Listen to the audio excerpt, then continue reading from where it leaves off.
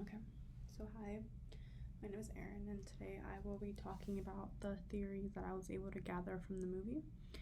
And the very first one would be sociological positivism. Can't really say that, but anyway. So, the sociological theory is driven by a study of social structures within an offender's environment, such as family, peer group, socioeconomic status, education level, and the subculture that led to his criminality.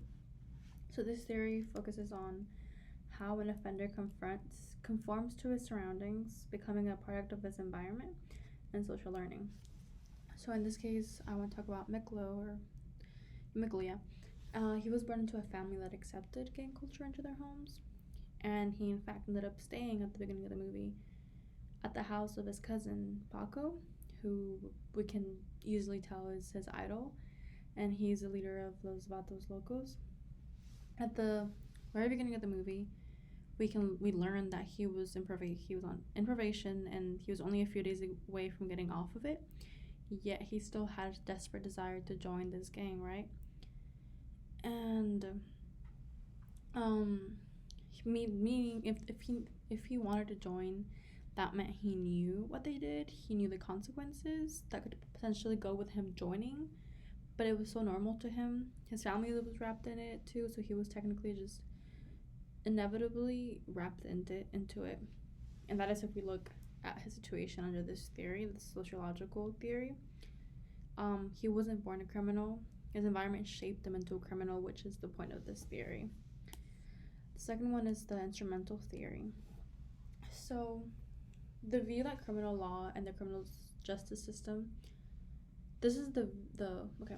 What this is the view that criminal law and the criminal justice system are capitalist instruments for controlling the lower class. So, in this case, everyone in the gang believed that the police was simply targeting them because of who they were and because of where they were. So in the very first moments of this movie, Paco is asking the cop that appears behind them while they are cruising around town, and then they park, and the cop appears behind them, and the cop begins to ask him about like the car and like something that wasn't right with the car, and so Paco gets upset and he starts asking the cop like, "Oh, do you do this to people in Beverly Hills too?" Meaning that he does in fact believe that he is targeted for where he is and who he is, because obviously who lives in Beverly Hills? The rich, mostly the white people. And I also want to talk about the symbolic interaction theory. So this is a sociological view that people communicate through symbols. So people interpret symbolic communication and incorporate it within their personality. So a person's view of reality in this theory depends on his or her interpretation of symbolic gestures. So in this case, the gang Los Vatos Locos, this was a really big symbol in everyone in the gang's lives. So they see it as an interpretation of who they are and what they are meant to do with their lives and what they are meant to act as, I guess, if that makes sense. They shape their whole personality around this symbol, this thing that means so much to them. So their personalities, everyone's personalities revolves around appearing tough and intimidating to the rivals, the way they talk, the way they dress, the way they carry themselves, and their view of reality is rooted in deeply with the role they play within the gang. So that character technically isn't a specific character, it's just like everyone in the gang was that way. And then the other thing that I want to say is that we can see how deeply rooted in they were with the gang by the fact that they got the VL tattooed on their hands, because this meant that they were in the gang, that they were accepted into the gang. And that's just another example of how deeply rooted in this gang was with them. So this symbol that was so deeply rooted into them, I guess. I want to talk about Paco. So,